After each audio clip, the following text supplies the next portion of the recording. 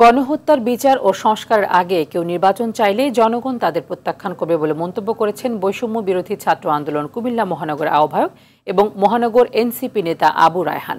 কুমিল্লায় জুলাই আগস্টে গণ অভ্যুত্থানে আহতদের মধ্যে স্বাস্থ্যসেবা কার্ড বিতরণ অনুষ্ঠানে তিনি একথা বলেন। এ সময় তিনি আরও বলেন, পর্যাপ্ত সংস্কারের আগে নির্বাচনের নামে দেশকে অস্থিতিশীল করার চেষ্টা করা হলে জনগণ তা মেনে নেবে না। যারা জুলাই আগস্টের চেতনাকে ধারণ করে না তারা তাদের স্বার্থ উদ্ধারের জন্য নির্বাচনের দাবি করছে বলেও মন্তব্য করেন এনসিপির এই নেতা।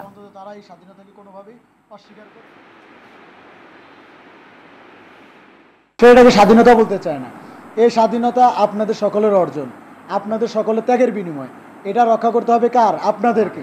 আপনারা সবাই এই সরকারের উপরে হ্যাপি না, কিন্তু কেউ যদি নির্বাচন খেলার নামে দেশকে অস্থিতিশীল করতে চায় তাদেরকে জনগণ প্রতিহত করবে না।